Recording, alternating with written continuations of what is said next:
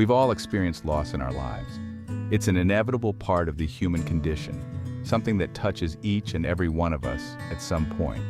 Whether it's the death of a loved one, which can feel like a piece of our heart has been torn away, the end of a relationship, which can leave us feeling empty and questioning our self-worth, or a significant life change, such as moving to a new city or losing a job, which can disrupt our sense of stability and identity. Grief is a universal human experience. It doesn't discriminate. It affects people of all ages, backgrounds, and walks of life.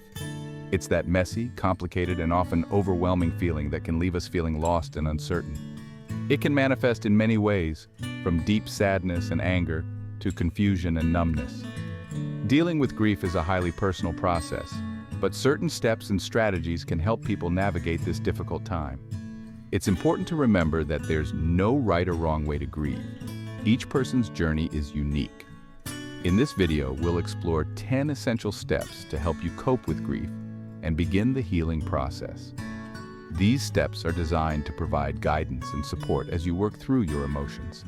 Because the truth is, we don't move on from grief. We learn to carry it with us, to integrate it into our lives in a way that honors our experience and allows us to keep living, loving, and growing.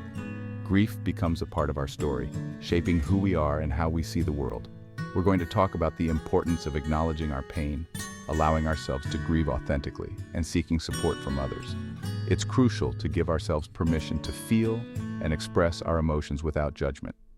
We'll explore the stages of grief and how to cope with each one, understanding that these stages are not linear and can vary greatly from person to person.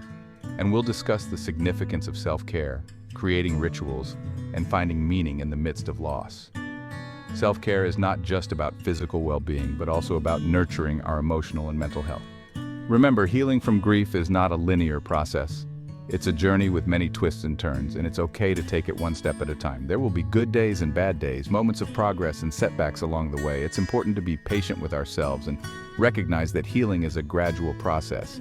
But by taking these steps and being kind to ourselves, we can navigate the wilderness of grief and emerge stronger and more resilient on the other side. Together, we can find a way to honor our losses and continue to live meaningful, fulfilling lives. If you found this video helpful, please like, subscribe, and share it with others who might benefit. Your support helps us create more content to guide you through life's challenges.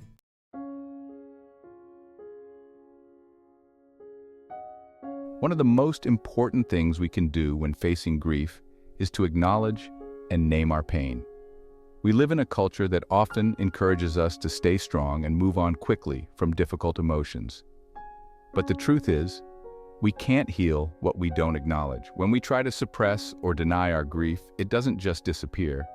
It often manifests in unhealthy ways. It can show up as anger, anxiety, depression, or even physical ailments. By acknowledging our pain, we give ourselves permission to feel it fully and begin the process of healing. Start by simply naming the emotions you're experiencing. Are you feeling sad, angry, confused? Don't judge yourself for whatever comes up. Grief is not a sign of weakness. It's a testament to the depth of our love and the significance of our loss.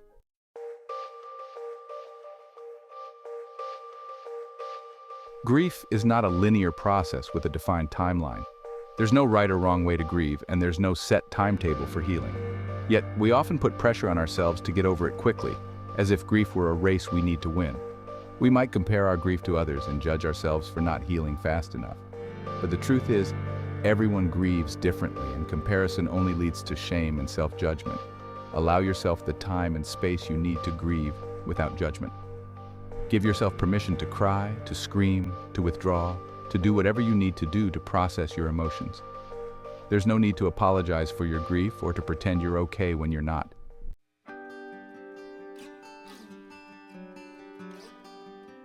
We've talked about acknowledging the pain and allowing ourselves to grieve, but what about reaching out to others? It's a step that can feel daunting, yet it is crucial. It can feel incredibly difficult to be vulnerable when we're hurting, to let people see us in our rawest form. We often fear judgment or rejection, but this is where true healing can begin. When we open up, we allow others to support us. You see, connection is not just about sharing our joys. It's about showing up for each other in the midst of suffering. It's about being there no matter what. It's about allowing others to hold space for our grief, to witness our pain without judgment.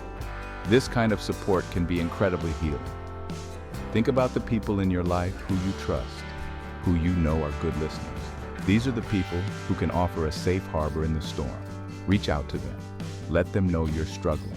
It's okay to ask for help. Let them know you're struggling and that you don't need them to fix it. You just need them to be present with you. Sometimes, just having someone there can make all the difference. And if you feel like you need more support, don't hesitate to seek it out. Professional help can provide a different kind of support, one that is structured and guided.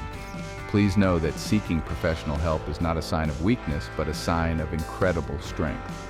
It takes courage to admit that we need help and to take steps to get it. A therapist can provide tools and guidance to navigate the complexities of grief. They can offer new perspectives and coping strategies. Remember, you don't have to walk this path alone. There are people who care about you and want to help. Whether it's friends, family, or professionals, support is available. Reach out and let them in. Together, we can find strength and healing. Together, we can navigate the journey of grief.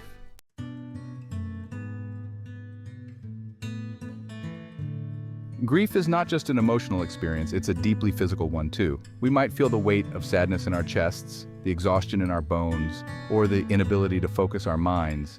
It's easy to neglect our physical needs during times of grief, but taking care of our bodies is essential for emotional well-being. Think of it this way. Our bodies are holding us through the most difficult time. Our hearts are still beating, our lungs are still breathing, even when we feel like we can't go on. Nourishing our bodies with healthy foods can provide much-needed energy. Getting enough sleep, even if it's broken, can help restore our minds and bodies.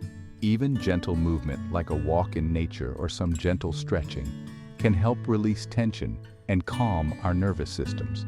Remember, taking care of your physical health is not about vanity during grief. It's about honoring the vessel that is carrying you through this journey.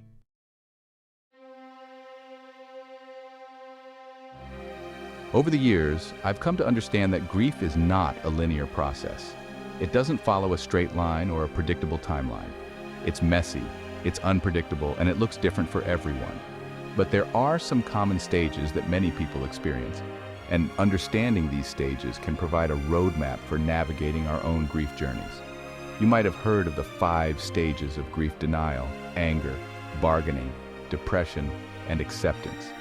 It's important to remember that these stages are not a checklist, and we don't experience them in a specific order. We might cycle through these stages multiple times, or we might find ourselves lingering in one stage longer than others. We might even experience several stages simultaneously. Grief is a dance, not a march. Remember, there's no right or wrong way to grieve. What matters is that we allow ourselves to feel our emotions fully and move through them at our own pace.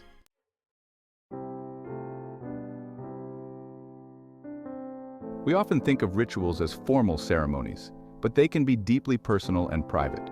When we lose someone or something we love, creating rituals can be a way to actively remember and honor what was. It's about carving out space in our new normal to connect with our grief in a tangible way.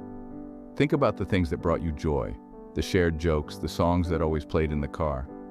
What small acts can you incorporate into your life that bring those memories to the forefront?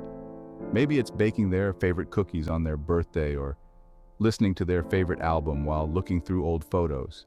These rituals aren't about denying the pain of the loss.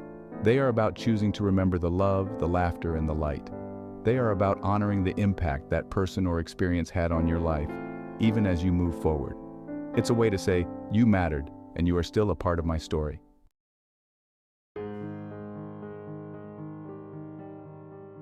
Grief is not a linear process. It's more like a messy, unpredictable wave that crashes over you unexpectedly. Some days you'll feel strong and capable, while others will bring you to your knees, and that's okay. It's essential to meet yourself with compassion and understanding during these times. Resist the urge to compare your grief journey to others or to impose a timeline on your healing. We all process loss in different ways, and there's no right or wrong way to grieve. Allow yourself the grace to move through the stages at your own pace, honoring the ebb and flow of your emotions. Remember that healing takes time. It's a gradual process, not a destination. There will be setbacks and moments of intense sadness, but it's important to trust that you will eventually find your way through. Give yourself permission to feel everything without judgment. Allow yourself to cry when you need to, scream if you have to, or sit in silence if that feels right. Your grief is valid and it deserves to be honored.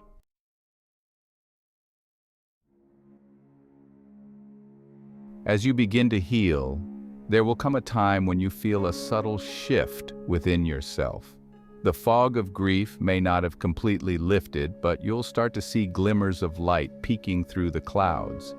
It's in these moments that you can begin to tentatively dip your toes back into the waters of life. Re-engaging with life after loss doesn't mean forgetting your loved one or pretending that the pain doesn't exist.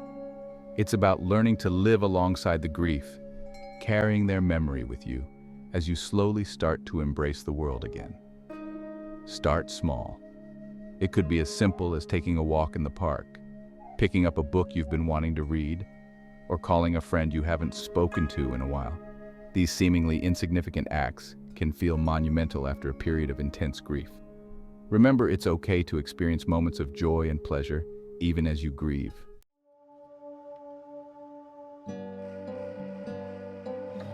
We've talked about the importance of self-compassion, of letting ourselves feel all the things that come with grief. But sometimes those feelings can become so intense, so overwhelming, that it's hard to see a path forward. And that's okay. It's brave, in fact, to acknowledge when we need a little extra support. Reaching out for professional help doesn't mean you're failing. It doesn't mean you're not strong enough to do this on your own. It simply means you're honoring your journey, your pain, and your need for additional tools and guidance. Grief counselors, therapists, support groups. These are all resources designed to provide a safe and compassionate space for you to process your grief. They can offer coping mechanisms, validation, and a sense of community when you need it most. Remember, asking for help is an act of courage, not weakness. It's a testament to your resilience and your commitment to healing.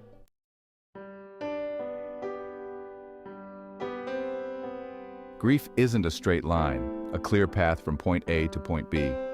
It's more like a winding forest path, full of unexpected turns and hidden obstacles. Sometimes it feels like navigating a labyrinth where the exit is never in sight. It's messy, it's unpredictable, and sometimes, just when we think we're finding our footing, it can knock us off our feet again. Like a stormy sea with crashing waves, grief can be relentless, pulling us under when we least expect it.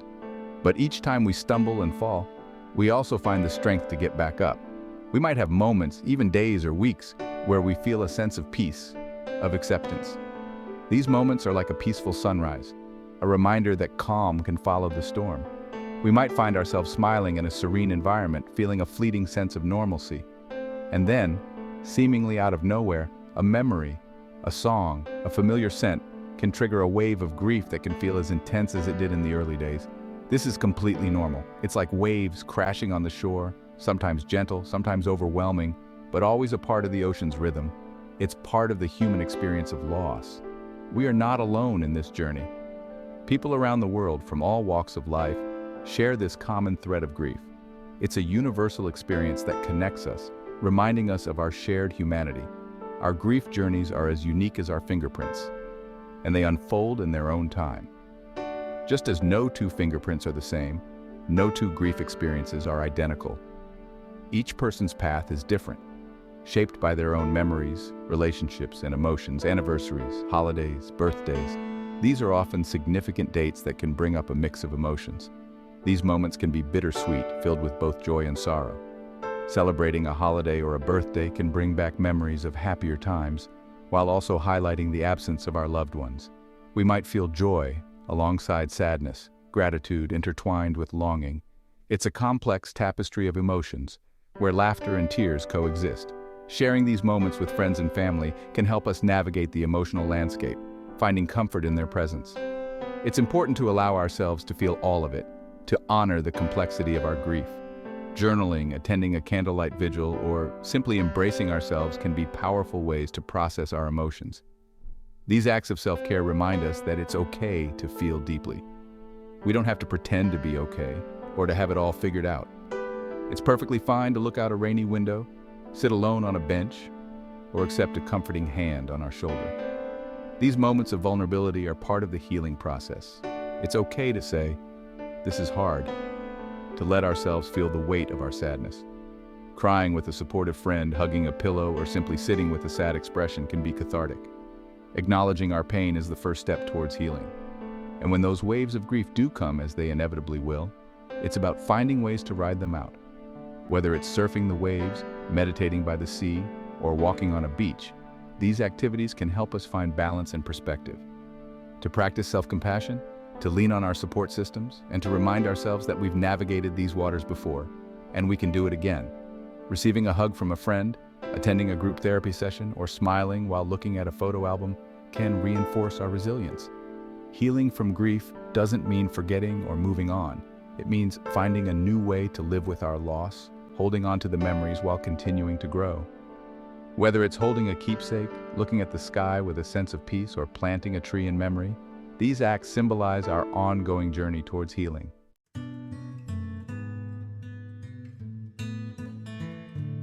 Remember, these steps can help you navigate your grief journey, but healing is not a linear process. It's essential to go through it at your own pace. Honor your emotions, seek support when you need it, and be kind to yourself throughout the process. Thank you for watching, and take care of yourself.